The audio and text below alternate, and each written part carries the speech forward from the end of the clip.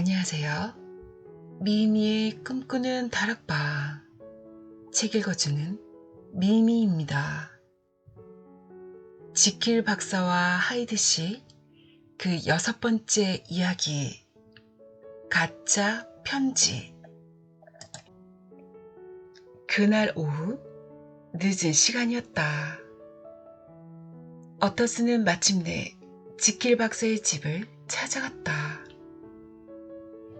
그는 곧 폴의 안내로 뜰을 지나 실험실이라고도 하고 회부실이라고도 하는 건물로 들어갔다.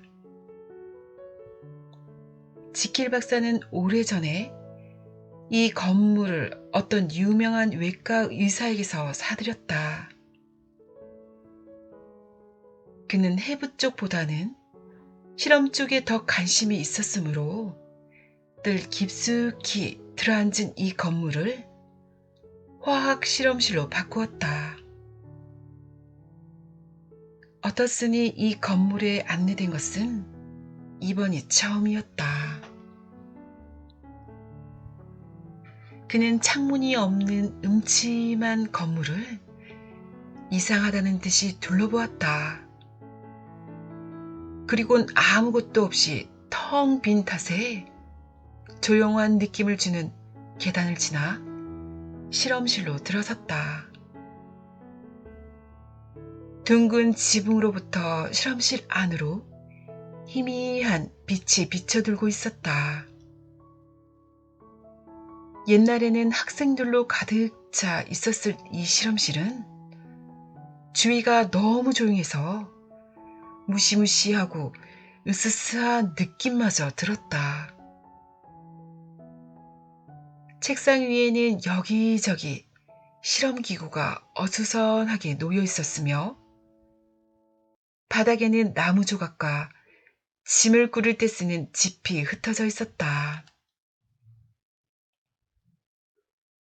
어터슨은 안쪽으로 난 계단으로 올라갔다.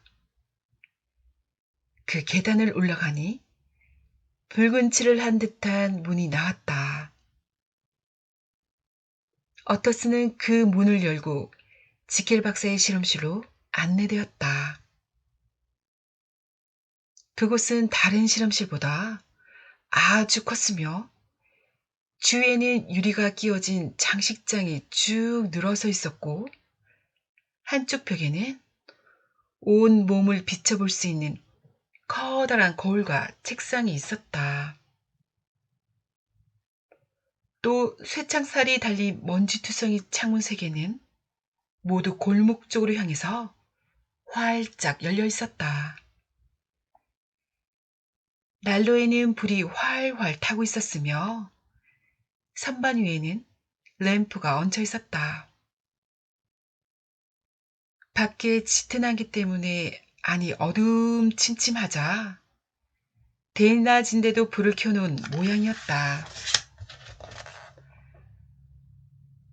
난로 바로 옆에는 지킬 박사가 환자처럼 힘없이 앉아 있었다. 그는 어터슨을 보고도 일어나서 맞이할 기력도 없는지 축 늘어진 차가운 손만 내밀었다. 목소리도 여느 때와 달리 생기가 없었다. 폴이 나가자 어터슨은 곧 이야기를 꺼냈다. 이미 사건은 들었겠지. 지킬 박사는 몸을 부르르 떨며 말했다. 신문파리 소년이 큰 소리로 외치는 소리가 식당에 앉아 있어도 다 들리더군. 한 가지 분명히 말해둘 것이 있는데 자네도 변호사인 내게 어떤 일을 부탁한 의뢰인이지만 살해된 거류경도 마찬가지였다네. 그러므로 나는 내 입장을 확실히 해두고 싶어. 설마 자네 그 남자를 숨겨줄 정도로 이성을 잃지는 않았겠지? 어터스는 간신히 화를 참는다는 듯 무뚝뚝하게 말했다. 어터슨, 나는 하나님께 맹세할 수 있어. 지킬 박사는 다짐하듯 다시 말했다. 그래, 분명히 하나님께 맹세하지만 나는 두 번 다시 그를 만나지 않겠네. 이 세상에서 그와 완전히 인연을 끊었어. 이제 완전히 끝났다고. 그는 더 이상 내 도움 따윈 필요로 하지 않아. 이제 내가 걱정해 줄 필요도 없단 말이야. 이제 다시는 그의 이야기를 듣고 싶지도 않네. 어터스는 몹시 침통한 마음으로 지킬 박사의 이야기를 듣고 있었다. 아무래도 이 친구가 지나치게 흥분하고 있는 것 같이 생각이 들었다. 지킬, 마음을 가라앉히게. 자네를 위해서도 그렇게 되길 바라네.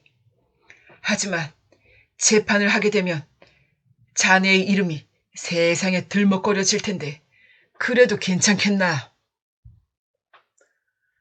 걱정할 것 없네. 그런 일이라면 자신 있어. 이건 아무에게도 말할 수 없는 거지만 확실한 증거가 있단 말이야. 지킬은 점점 더 흥분하여 외쳤다. 그러다가 눈을 반짝이며 물었다. 아, 어떻슨, 그보다 한 가지 자네에게 물어보고 싶은 것이 있네. 실은 내가 어떤 편지 한 통을 받았는데 지금 그걸 경찰에 보여야 할지 어떨지 망설이고 있었다네. 그 일에 대해서 자네의 의견을 듣고 싶다네. 어떻슨, 자네라면 현명한 판단을 내릴 수 있을 거라고 생각하네. 혹시 자네, 그 편지 때문에 하이드가 저지른 일이 드러날까봐 두려워하고 있는 건 아닌가? 아니야. 그건 절대 아니네. 하이드가 어떻게 되든 그건 나와 상관없는 일이야. 그 녀석과는 이제 인연을 끊었다고 하지 않았나? 내가 걱정하고 있는 건 내 사회적인 명성일세. 이 꺼림직한 사건 때문에 그동안 내가 쌓은 명성에 흠이 생기며 곤란하지 않겠나? 어터스는 지킬 박사의 말을 듣고 깜짝 놀랐지만 한편으로는 마음이 놓였다. 어쨌든 어서 그 편지를 보여주게나.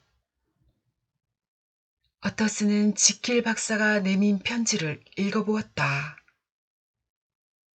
편지는 우스꽝스럽게도 이상한 글씨로 쓰여 있었으며 편지의 끝에는 에드워드 하이드라고 서명이 되어 있었다. 편지 내용은 아주 짧았다. 정말 미안합니다. 그동안 여러 가지도 도움을 많이 준 지킬 박사에게 오랫동안 배만 끼쳐왔습니다. 그러나 내 문제에 대해서는 이제 걱정하지 마시기 바랍니다. 틀림없이 내겐 빠져나갈 길이 있습니다. 편지를 읽고 난 어터스는 그제야 마음이 놓였다. 이 두 사람은 왠지 떳떳하지 못한 사이일 거라고 생각하고 있었는데 편지의 내용으로 보아 별로 그럴 만한 일은 없는 것처럼 보였기 때문이다. 봉투는 어떻게 됐나? 어터슨이 물었다. 별 생각 없이 그냥 태워버렸네. 하지만 아무리 봐도 우체국 소인은 찍혀있지 않았어. 누군가가 직접 가져와서 집에다 내던지고 간 모양이네. 이 편지를 내가 가지고 가서 좀 더 훑어보았으면 하는데 괜찮겠나? 그러게. 그리고 내가 어떻게 해야 좋을지 이야기해주게나. 나는 이제 자신이 없다네. 좋아. 그렇게 하지. 참, 물어보고 싶은 것이 있는데 자네가 유언장에 자네의 행방 불명에 대해서 쓴 것도 다 하이드가 부탁했기 때문이지. 지킬 박사는 그 말을 듣자 금방 정신을 잃을 듯 얼굴이 창백해지더니 입을 꽉 다문 채로 고개를 끄덕였다. 역시 그랬었군. 하이드는 자네를 죽일 작정이었어. 자네는 아슬아슬한 그 순간에 정말 잘 빠져나온 것이네. 어터스는 지킬 박사의 집을 나왔다. 그리곤 현관까지 따라 나온 폴에게 물었다. 오늘 편지를 가지고 온 사람은 어떤 사람이었지? 편지라니요. 오늘은 그냥 보통 편지 하나만 받았는걸요. 그것도 상점에 안내장이 하나 왔을 뿐입니다. 폴의 대답에 어터스는 또다시 걱정이 되기 시작했다. 그렇다면 그 편지는 실험실 문을 통해서 전달된 것이야. 아니, 어쩌면 그 방에서 쓰여졌는지도 모르겠어. 만약 그렇다면 다시 생각해 봐야 한다. 거리로 나오자 신문파리 소년이 쉰 목소리로 외치고 있었다. 호외요, 호외! 국회의원이 살해된 사건이요! 어터슨에게 있어서 그건 한 친구의 죽음을 알려주는 목소리이자 또 다른 한 친구에게 닥칠 무선 불행을 알려주는 경고의 목소리로만 들렸다. 어떻게 해야 좋을까? 어터슨은 좀처럼 남에게 의지하지 않는 성격이었지만 이번만은 누군가의 도움을 받고 싶은 기분이 들었다. 집으로 돌아오자마자 어터슨은 서기 게스트를 불렀다. 두 사람은 난로가에 마주 앉았다. 두 사람 사이에 있는 탁자 위에는 포도주 병과 술잔이 놓여 있었다. 어터슨은 게스트와 마주 앉아서 포도주 한 잔을 마시다 보니 무거웠던 마음이 한결 누그러지는 듯했다. 어터슨은 게스트를 누구보다도 믿었다. 그래서 다른 사람에게는 비밀로 하는 이야기를 그에게만 털어놓는 경우가 종종 있었다.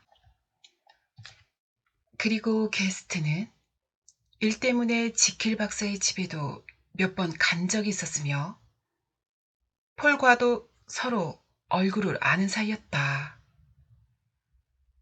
어터슨은 마음속으로 이렇게 생각했다.